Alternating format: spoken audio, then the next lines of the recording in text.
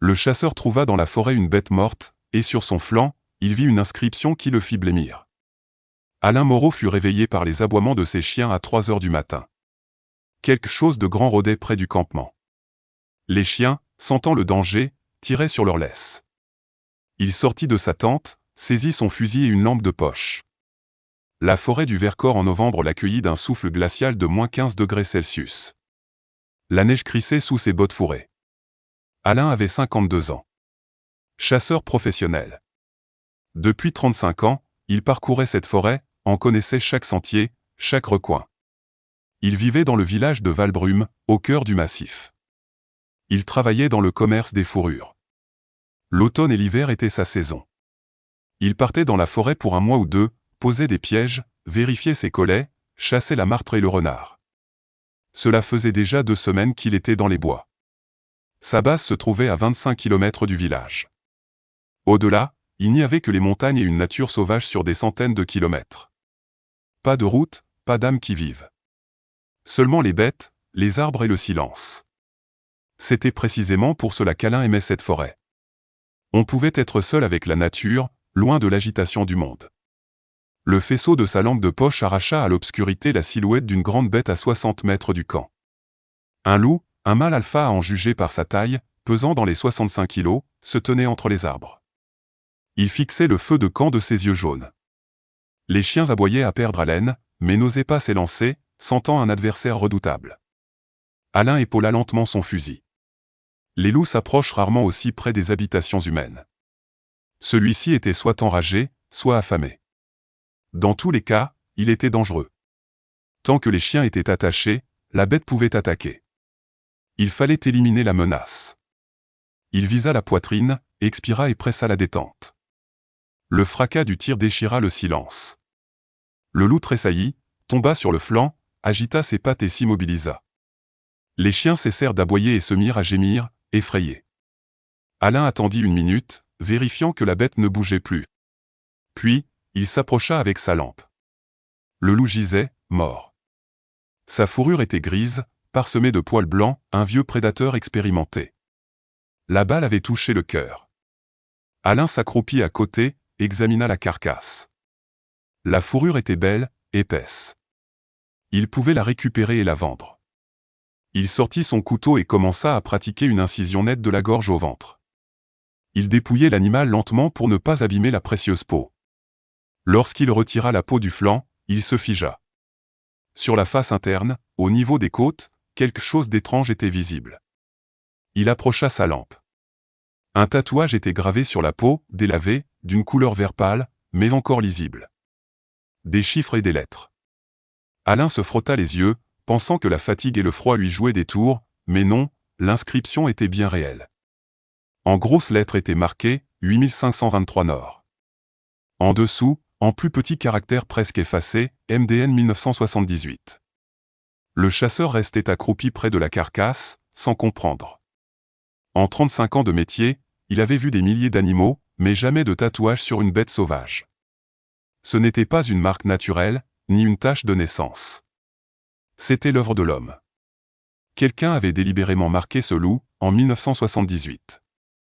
Il fit un calcul rapide. 1978, c'était il y a 47 ans.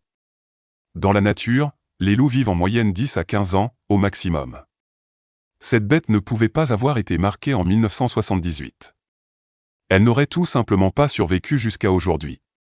Alors, la marque s'était transmise génétiquement? Mais les tatouages ne se transmettent pas par les gènes. Où était-ce le descendant d'un loup marqué, qui avait reçu le même tatouage?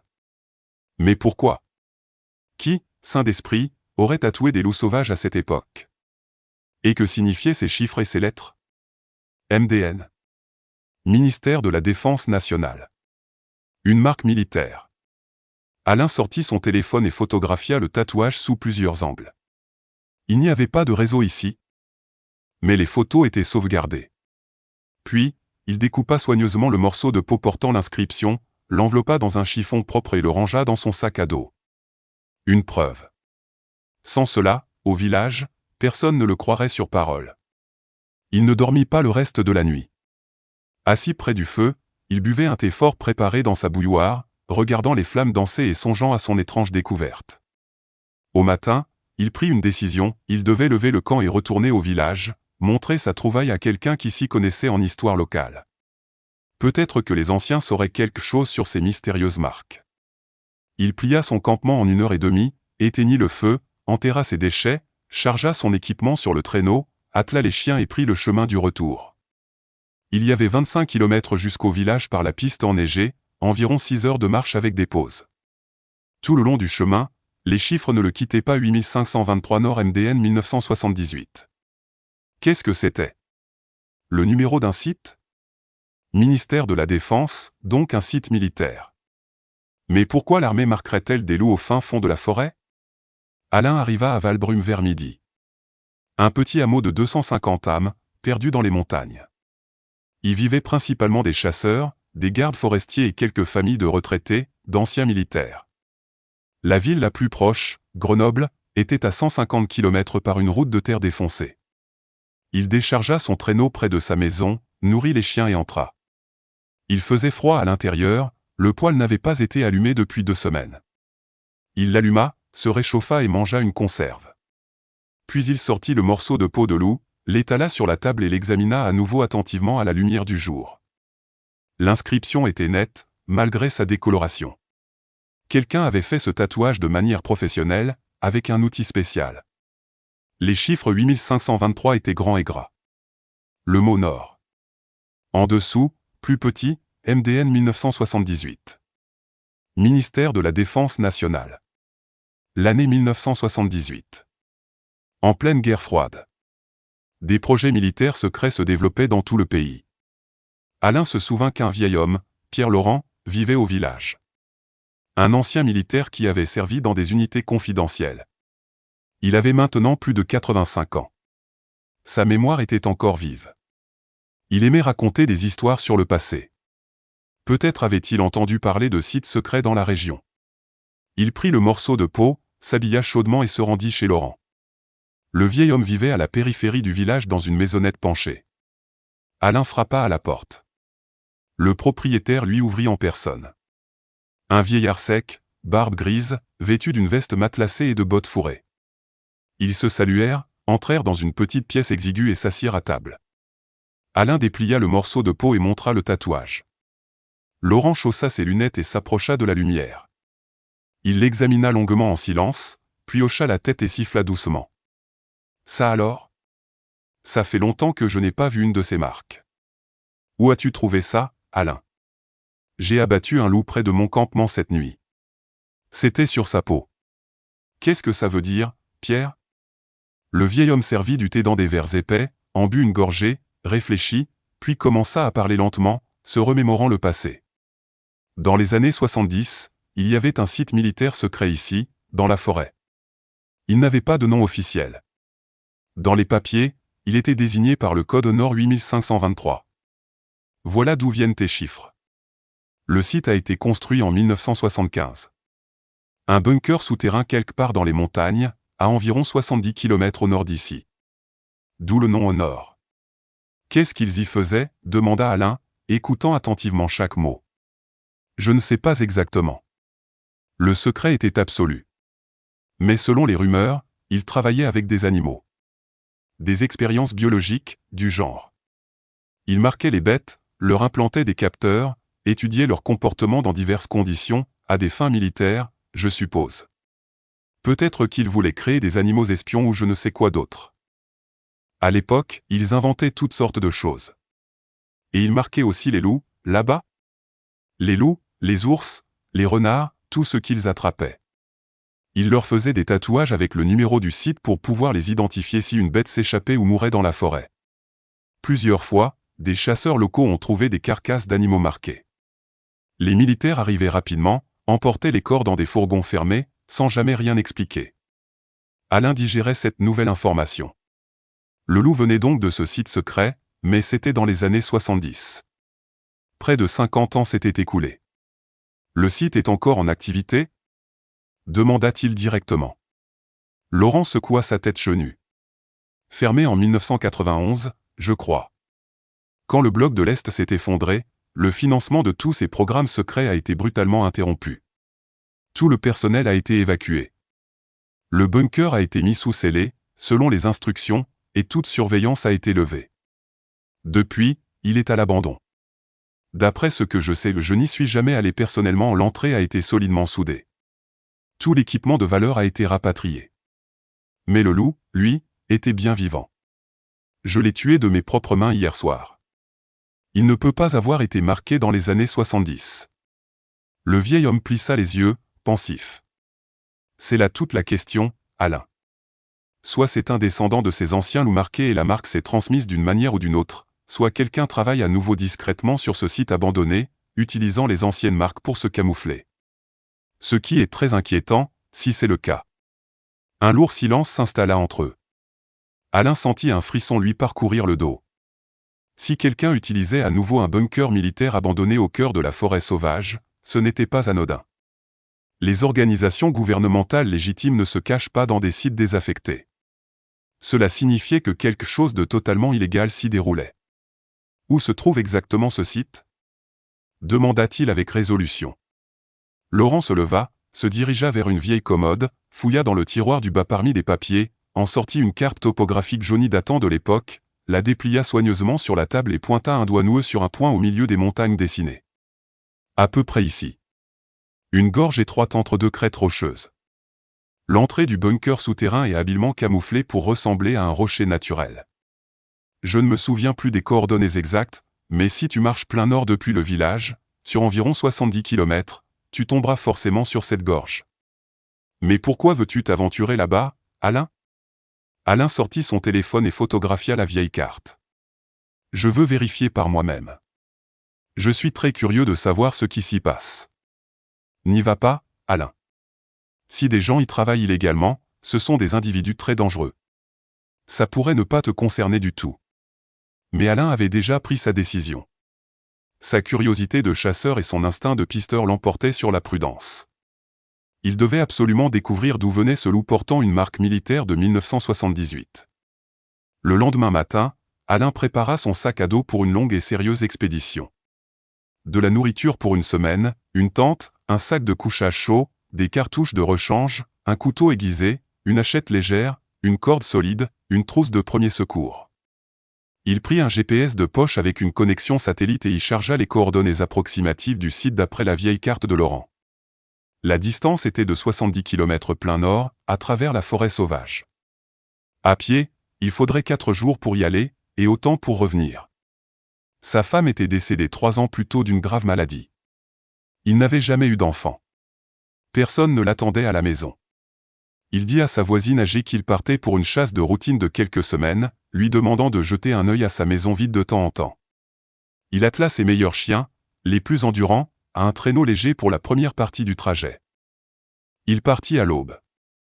Les 2 premiers jours, il suivit des pistes de chasse qu'il connaissait bien.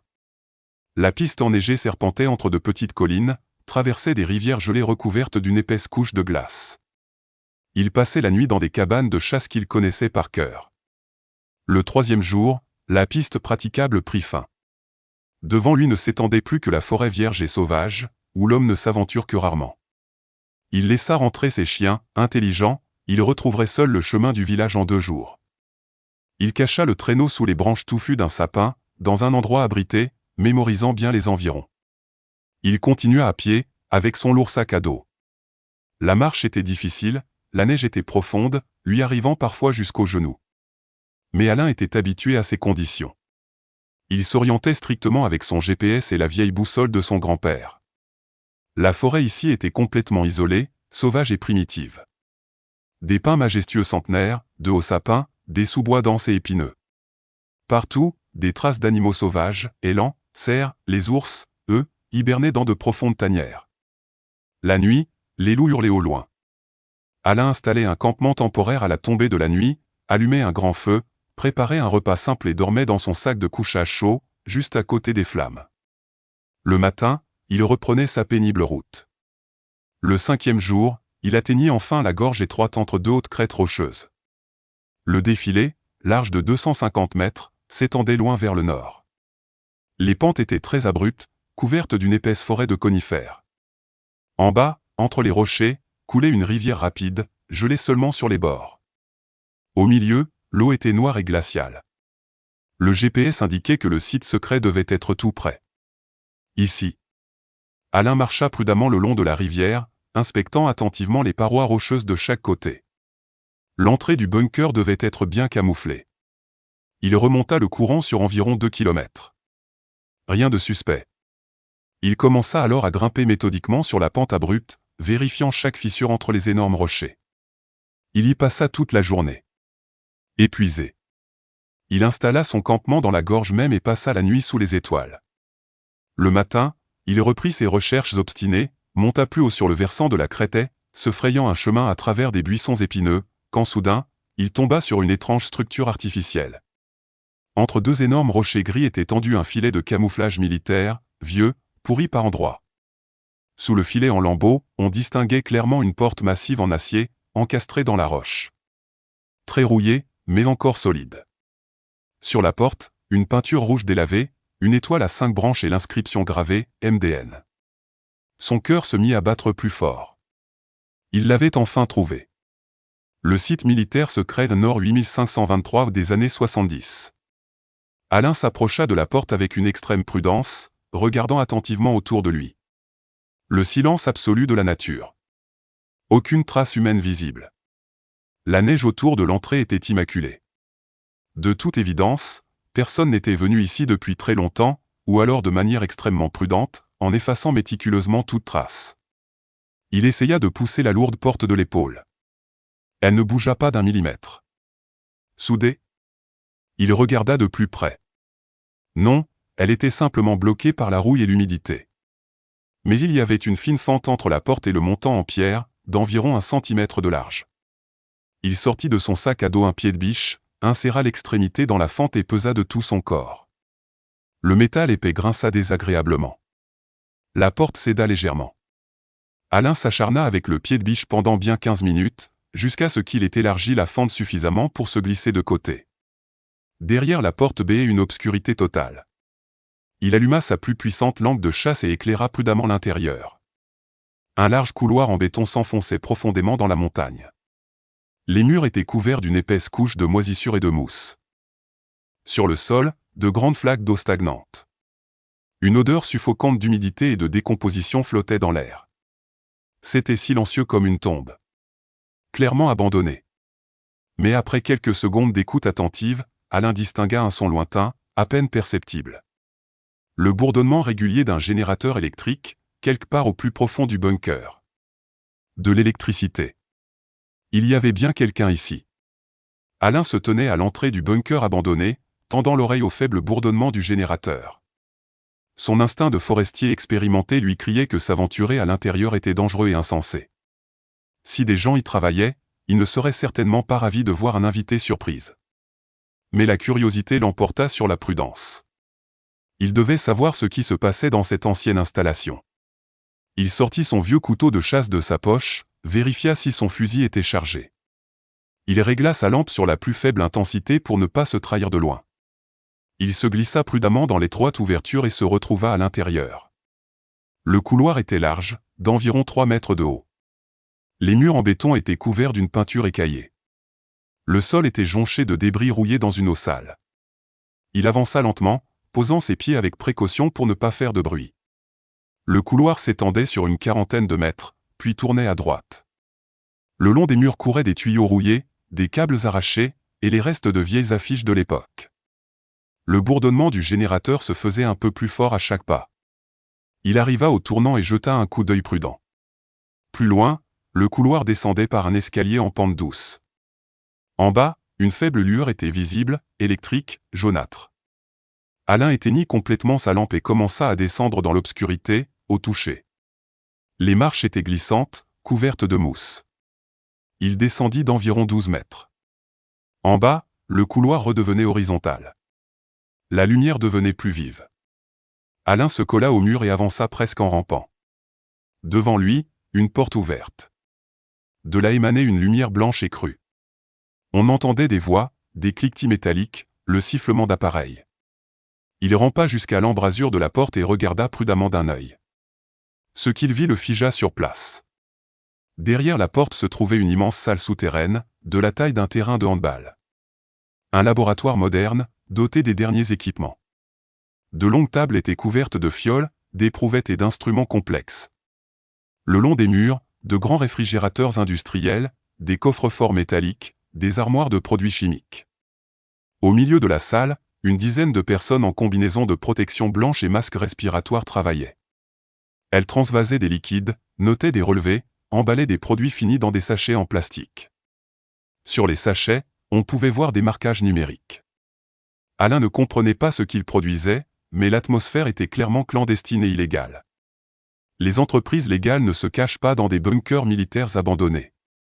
Il sortit son téléphone, activa la caméra et commença à filmer à travers l'entrebâillement de la porte. Il filma pendant 3 minutes, capturant les visages de plusieurs employés sans masque, l'équipement, les produits finis. Puis il remarqua autre chose. Au fond de la salle se trouvaient de grandes cages en fer. À l'intérieur, une quinzaine de loups vivants. Les animaux semblaient malades, apathiques, certains gisaient immobiles. Sur leurs flancs, on pouvait voir les mêmes vieux tatouages, chiffres et lettres. C'étaient donc les descendants des animaux marqués dans les années 70. On les gardait ici dans un but précis. Alain continua de filmer. L'un des employés s'approcha des cages, prit une grosse seringue et injecta quelque chose à un loup au niveau du garrot. La bête tressaillit, gémit plaintivement, puis se tut. Des expériences. Il testait des substances sur les animaux. Alain se souvint des histoires de Pierre Laurent sur les expériences biologiques de l'époque. Apparemment, les nouveaux propriétaires perpétuaient la tradition, mais avec des objectifs bien différents, et criminels. Soudain, des bruits de pas lourds résonnèrent dans le couloir derrière lui. Quelqu'un arrivait. Alain se retourna brusquement. À 15 mètres de lui se tenait un homme costaud en tenue de camouflage, armé d'un fusil d'assaut. Le garde le regardait fixement. Son visage était mauvais. Debout.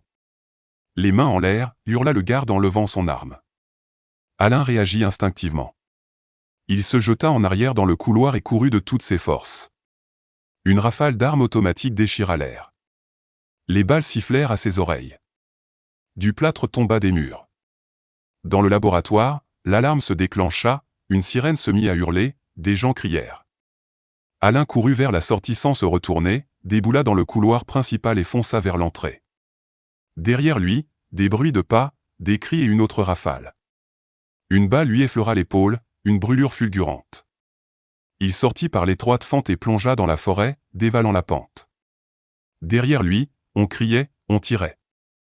Alain s'enfonça dans les fourrés, courant en zigzag entre les arbres. La poursuite avait commencé. Ils étaient nombreux, des professionnels armés, et lui était seul, blessé, en territoire inconnu.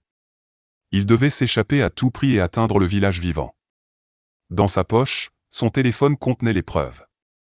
Cette information devait absolument être transmise aux autorités. Alain courait à travers la forêt sans regarder où il allait. Les branches lui fouettaient le visage, la neige s'engouffrait dans ses bottes. Ses poumons le brûlaient. Son épaule le lançait, mais l'os n'était pas touché. Juste une entaille dans la chair. Supportable. L'essentiel était d'échapper à la poursuite. Derrière, il entendait les cris de ses poursuivants et les aboiements de chiens. Ils avaient lâché des chiens de piste. On ne sème pas des chiens en forêt par la simple vitesse. Ils sont bien plus rapides et endurants qu'un homme. Il fallait ruser, utiliser toutes ses compétences de chasseur. Il atteignit la rivière gelée et courut sur la glace, à contre-courant. La glace était glissante, il tomba plusieurs fois, mais se releva et continua. Après avoir parcouru 400 mètres sur la glace, il vira brusquement vers la rive opposée, grimpa sur les rochers le long de l'eau. Les pierres ne retiennent pas les odeurs, les chiens perdraient sa trace. Il marcha sur les rochers sur 500 mètres, puis plongea dans une sapinière dense sur la pente et grimpa entre les troncs. En haut, il atteignit un pierrier, le traversa rapidement et se cacha de l'autre côté de la crête. Il s'arrêta pour reprendre son souffle et tendit l'oreille. La poursuite était encore loin. Les chiens aboyaient, désorientés, quelque part en bas près de la rivière. Il avait gagné une quinzaine de minutes. Alain sortit sa trousse de secours, désinfecta rapidement sa blessure et la pansa. Ça faisait mal, mais ce n'était pas mortel. Il courut plus loin vers le sud, en direction du village. Il restait environ 70 km. 3 jours de marche s'il avançait sans s'arrêter. Mais ses poursuivants ne le laisseraient pas tranquille. Ils le traqueraient comme une bête. Il devait constamment leur échapper, brouiller ses pistes. Toute la journée, il fut en mouvement. Il marchait vite, presque en courant. Plusieurs fois, il entendit les aboiements au loin. Il le rattrapait. Alors il changeait brusquement de direction, grimpait sur des rochers, traversait des ruisseaux, faisait des boucles. Le soir, il était à bout de force. Il trouva une petite grotte, s'y glissa. Impossible de faire un feu, la fumée trahirait sa position. Il mangea une ration froide, but de la neige fondue. Il vérifia son téléphone. Il restait 10% de batterie. Mais la vidéo était intacte. Il l'éteignit pour économiser la batterie et dormit par intermittence. La nuit, il entendit des hommes passer tout près, balayant les alentours avec leurs lampes. Il resta immobile dans la grotte, retenant sa respiration, un couteau à la main. Ils passèrent sans le voir. La chance était avec lui. À l'aube, il reprit sa route. Son épaule le faisait souffrir. La plaie s'infectait. Mauvais signe. Sans soins appropriés, ce serait la septicémie. Mais il ne pouvait pas s'arrêter. Vers midi, le deuxième jour, il entendit un craquement de branches tout près. Il se retourna. 3 hommes en camouflage avec des fusils d'assaut sortaient des arbres à une quarantaine de mètres. Ils virent Alain, hurlèrent et levèrent leurs armes. Alain plongea derrière un gros pin. Une rafale déchira l'écorce de l'arbre. Il saisit son fusil, jeta un coup d'œil et tira au hasard. L'un des poursuivants cria et tomba. Blessé ou tué, pas le temps de réfléchir. Il courut à nouveau, à couvert. On tirait derrière lui. Les jambes flageolantes, le souffle court, il courait sur ses dernières réserves. S'arrêter signifiait la mort. Le soir du deuxième jour, il les sema enfin, rampant dans un enchevêtrement d'arbres tombés. La poursuite passa à côté sans le trouver. Il attendit la nuit, puis repartit. Il marcha toute la nuit. Au matin du troisième jour, il atteignit des lieux familiers. Encore une quinzaine de kilomètres jusqu'au village. Le dernier effort. Il rassembla ses dernières forces et se mit à marcher plus vite. Il ne sentait presque plus son épaule, engourdie par l'inflammation. La tête lui tournait. Mais le but était proche. Vers midi, les premières maisons de Valbrume apparurent. Alain sortit de la forêt en titubant et se dirigea vers la gendarmerie locale. Il poussa la porte, vit le gendarme de service à son bureau et articula d'une voix rauque, « Laboratoire illégal dans la forêt. J'ai une vidéo. Faut les arrêter. » Puis il perdit connaissance et s'effondra sur le sol. Alain se réveilla dans une chambre d'hôpital. Plafond blanc, odeur de médicaments, bip silencieux des appareils. La tête lui faisait un mal de chien. Il essaya de bouger, son bras gauche, bandé jusqu'à l'épaule, ne répondait pas. Une perfusion y était attachée. Il tourna la tête. À côté de lui, assis sur une chaise, se tenait l'inspecteur Martin, le gendarme local, un homme d'environ 45 ans. Voyant qu'Alain était réveillé, il se pencha. « Vous êtes vivant. C'est bien. Vous avez été inconscient pendant 2 jours. Les médecins ont dit que vous aviez un début de septicémie. Ils vous ont sauvé de justesse. Vous avez eu de la chance d'arriver au village à temps. Un jour de plus dans la forêt et c'était la gangrène. » Alain lécha ses lèvres sèches et croassa, « La vidéo, mon téléphone ? Il est là. » Martin sortit le téléphone de sa poche. « On a vu ce que vous avez filmé. C'est une affaire très sérieuse, Moreau. Un laboratoire clandestin de drogue de synthèse. Des millions d'euros d'équipement. Si c'est vrai, c'est le plus grand labo de la région, c'est certain. » « C'est vrai, » souffla Alain. « Je l'ai vu. Des dizaines de personnes y travaillent. Des gardes armés. Ils m'ont poursuivi pendant 3 jours, ils m'ont tiré dessus. J'en ai blessé un en me défendant. » Martin hocha la tête gravement. « On a contacté la direction régionale à Grenoble. Une équipe est arrivée hier soir. Le colonel Renaud dirige l'opération. Il veut vous parler dès que vous serez réveillé. Pour connaître les détails, l'emplacement exact, le nombre d'hommes, leur armement. Je suis prêt à tout raconter. » Alain essaya de se redresser, mais sa tête tourna. Il retomba sur l'oreiller. Quand est-ce qu'ils vont donner l'assaut? Ils se préparent. Ils ont fait appel au GIGN. Ils arriveront demain matin. Ils apportent de l'armement lourd, un véhicule blindé. Le site est fortifié, on ne le prendra pas facilement. Un homme d'une cinquantaine d'années en uniforme de colonel de la gendarmerie entra dans la chambre. Grand, athlétique, le visage dur. Il s'approcha du lit. Colonel Renaud. Direction régionale. Comment vous sentez-vous, Moreau? Ça va. Alain réussit cette fois à s'asseoir en s'appuyant sur son bras valide. Je suis prêt à témoigner. Renaud s'assit à côté de lui et sortit un dictaphone. Racontez-moi en détail tout ce que vous avez vu. Combien de personnes travaillent dans le laboratoire? Quel est l'armement des gardes? Combien de sorties connaissez-vous? Alain raconta lentement, se remémorant chaque détail. Il décrivit le chemin. La gorge entre les crêtes, l'entrée camouflée.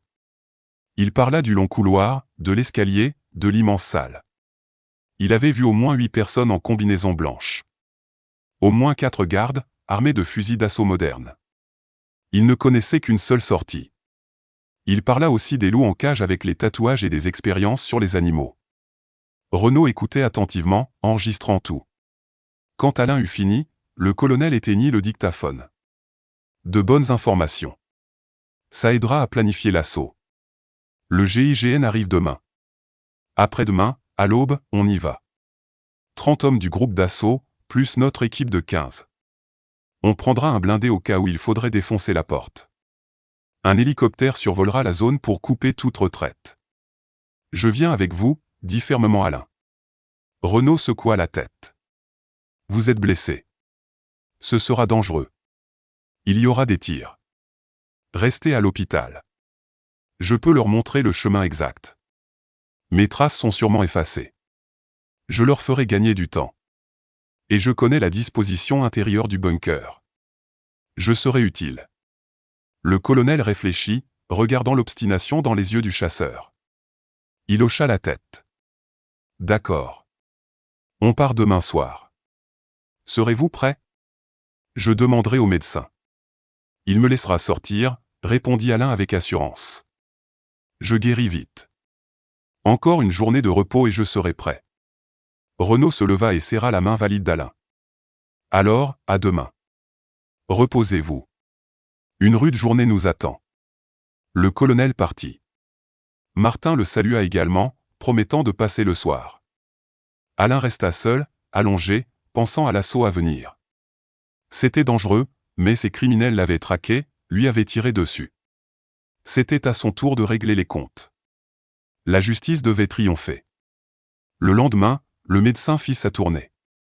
L'infection était maîtrisée grâce aux antibiotiques. L'inflammation diminuait. La plaie se refermait, mais le bras était encore faible. Le médecin dit qu'il était trop tôt pour sortir. Mais quand Alain expliqua qu'il était nécessaire pour une opération de gendarmerie importante, le médecin accepta à contre-cœur de le laisser partir contre une décharge. Vers midi, Alain quitta l'hôpital. Chez lui, il prit sa première douche en une semaine, changea de vêtements. La plaie était douloureuse, mais supportable. Le soir, l'inspecteur Martin vint le chercher dans un 4x4 de la gendarmerie. Le groupe d'intervention était arrivé. Le commandant voulait voir Alain pour discuter de l'itinéraire. À la mairie, la grande salle avait été transformée en quartier général. Au mur, des cartes de la région. Assis aux tables, une vingtaine de membres du GIGN, jeunes, robustes, en uniforme noir et gilet pare-balles, nettoyaient leurs armes. Près d'une carte se tenait le colonel Renaud et un autre homme en treillis. Renaud fit les présentations. Commandant Durand, chef du groupe d'assaut. Commandant, voici Alain Moreau, le chasseur qui a trouvé le site. Durand lui serra la main fermement. J'ai entendu parler de vous. Bravo d'être sorti vivant. Vous nous montrerez le chemin. Je vous le montrerai, acquiesça Alain. Une journée de marche rapide. Si nous partons demain à l'aube, nous y serons le soir. Bien, dit Durand. Voici le plan, départ à 4h30. Marche rapide.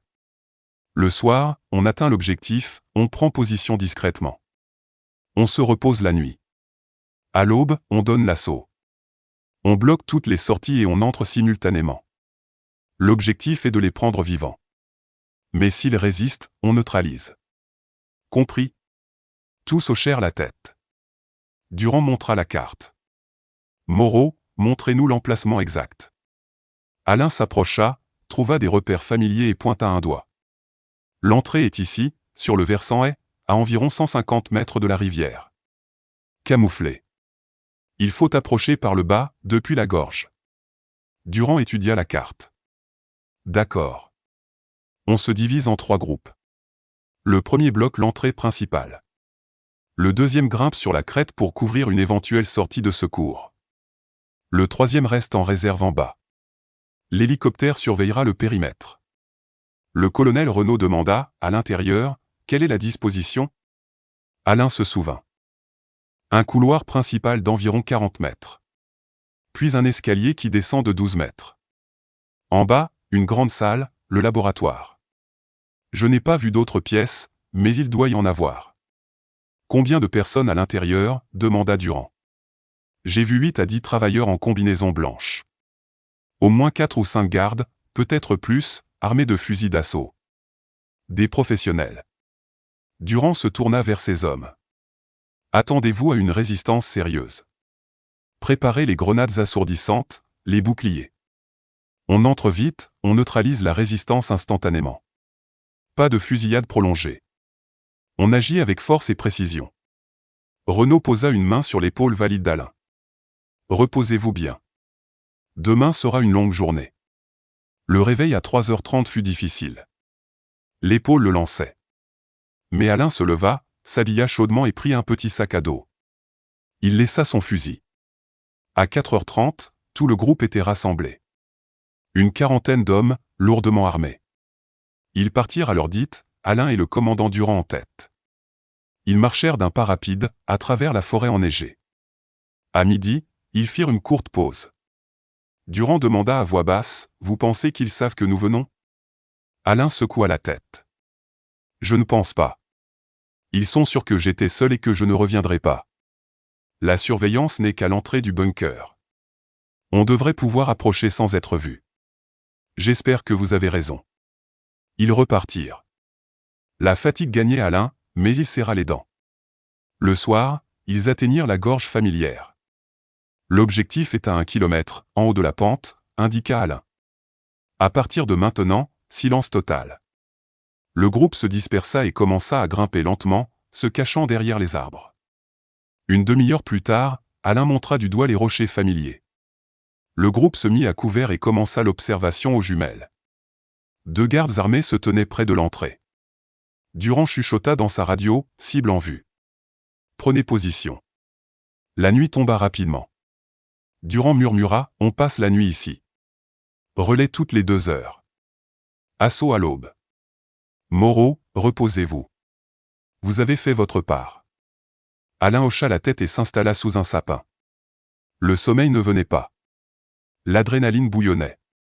Il fut réveillé par la voix basse du commandant. Debout. Le jour se lève dans une demi-heure. On se prépare. Les hommes vérifiaient leurs armes, enfilaient leur équipement. Les visages étaient concentrés. Durand donna ses derniers ordres. Groupe 1 avec moi. On entre par l'entrée principale. Sniper, neutralisez les sentinelles à mon signal, sans bruit. Groupe 2, si vous trouvez une autre sortie, bloquez-la. Réserve, soyez prêts. On y va dans 5 minutes. Bonne chance à tous. Alain s'éloigna, trouvant un abri derrière des rochers. Il ne voulait pas gêner les professionnels. L'aube pointait. Les gardes bâillaient, fatigués de leur nuit. Durand leva la main. 2 détonations étouffées. Les gardes s'effondrèrent. L'assaut commença. Les hommes du GIGN se précipitèrent vers l'entrée. Un sapeur plaça une petite charge sur les gonds de la porte. Durand fit un compte à rebours. Une explosion sourde.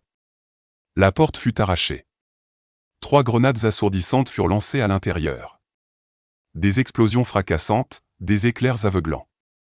Les hommes s'engouffrèrent en criant « Gendarmerie !» Au sol.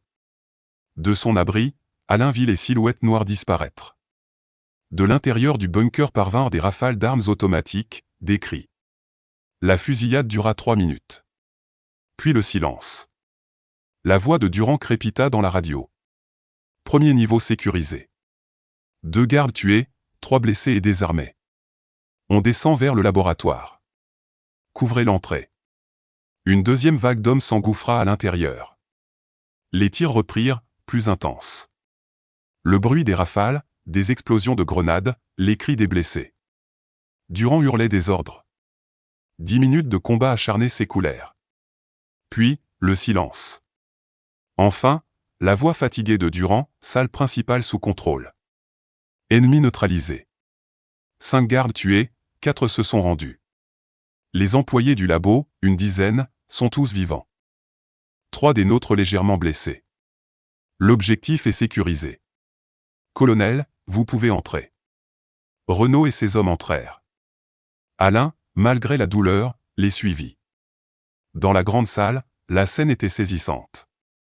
Des corps de garde gisaient au sol. Contre un mur, une dizaine d'hommes en blouse blanche étaient assis, les mains liées.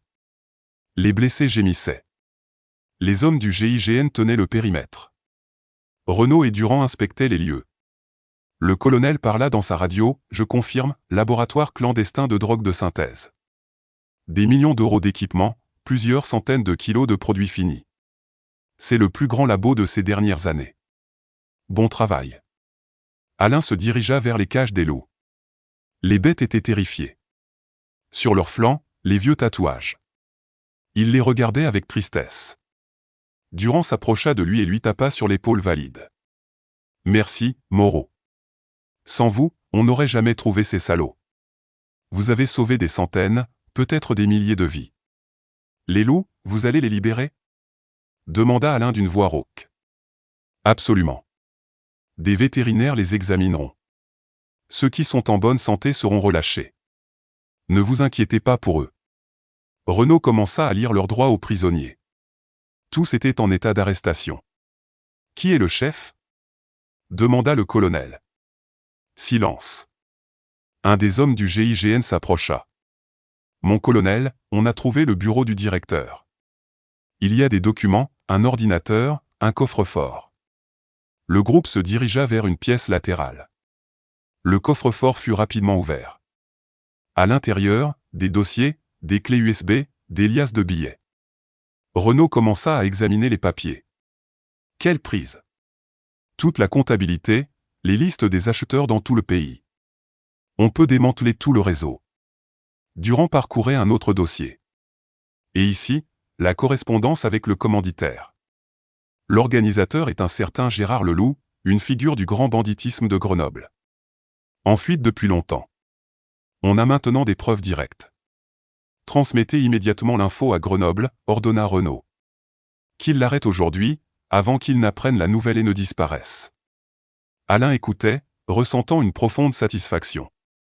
L'affaire était bouclée. La justice avait triomphé, grâce à un loup tué par hasard. Le soir même, un message arriva de Grenoble, Gérard Leloup avait été arrêté dans son appartement. Il ne s'était pas opposé. L'évacuation du bunker commença. Les prisonniers et les blessés furent transportés par hélicoptère. Renaud fit sceller le bunker. Le groupe passa la nuit près d'un feu de camp. Durand tendit à Alain une flasque de cognac. « Tiens, réchauffe-toi. Tu l'as mérité. » Alain but une gorgée. « Je n'ai fait que tomber sur un loup par hasard. Ne sois pas modeste. Tu as risqué ta vie. Tu es un vrai héros. Je te recommanderai pour une récompense. Une belle prime. Peut-être une médaille. » Alain sourit. « Je n'ai pas besoin de médaille. L'important, c'est que justice soit faite. » Le lendemain, le groupe retourna à Valbrume. Alain fit ses adieux aux hommes. Il rentra chez lui, épuisé mais satisfait, et dormit 15 heures d'affilée. 3 jours plus tard, l'inspecteur Martin apporta des nouvelles. Tous les suspects avaient avoué. Leloup avait organisé la production 4 ans plus tôt, réalisant plusieurs millions d'euros de bénéfices. Grâce aux documents, la police avait arrêté 25 autres personnes à travers le pays. L'empire de la drogue était démantelé. Martin remit à Alain une enveloppe, une lettre de remerciement et une prime de 10 000 euros. Une semaine plus tard, des journalistes arrivèrent. Alain devint une célébrité locale, ce qui ne lui plut guère. Un mois plus tard, la vie reprit son cours normal. Sa blessure était complètement guérie. Le procès de Leloup et de ses complices commença 6 mois plus tard.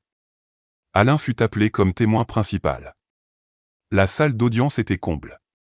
Leloup, vieilli, fut amené dans le box des accusés. 20 personnes étaient sur le banc. Le juge lut l'acte d'accusation, association de malfaiteurs, production et trafic de stupéfiants, violences armées, tentative de meurtre sur témoin. Alain fut le premier à témoigner. Il raconta calmement et précisément toute l'histoire, de la découverte du loup à la poursuite dans la forêt. La vidéo fut projetée dans la salle. Preuve irréfutable. Après 2 semaines de procès, le verdict tomba. Leloup fut condamné à la réclusion criminelle à perpétuité. Les autres écopèrent de peines allant de 10 à 22 ans de prison. La justice avait triomphé. 1 an après le procès, la vie à Valbrume était revenue à la normale. Alain avait repris son métier de chasseur. La gloire s'était estompée, à son grand soulagement. Aujourd'hui, il marchait de nouveau dans sa forêt bien-aimée. Novembre.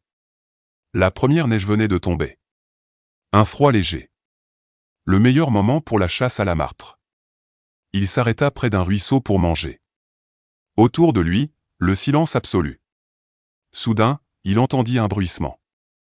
Un jeune loup sortit des fourrés. Un bel animal au pelage gris et aux yeux jaunes intelligents.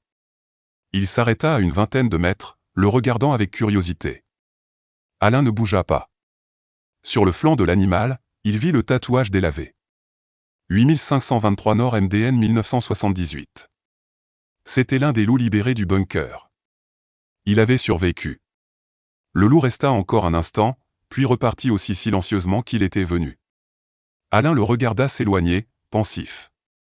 Ces animaux, victimes involontaires des crimes des hommes, avaient survécu à tout. Des bêtes fortes, dignes de respect. Il termina son repas et se leva. Il fallait continuer. Le soir, il attrapa une martre. Une bonne prise. Il installa son campement. Quelque part au loin, un loup hurla. Peut-être le même. Alain sourit. Le hasard, ou le destin? Ce loup mort avait sauvé des milliers de vies. Le cycle de la vie et de la mort. Il but son thé, éteignit le feu et se glissa dans son sac de couchage. Demain serait un autre jour. Sa conscience était tranquille.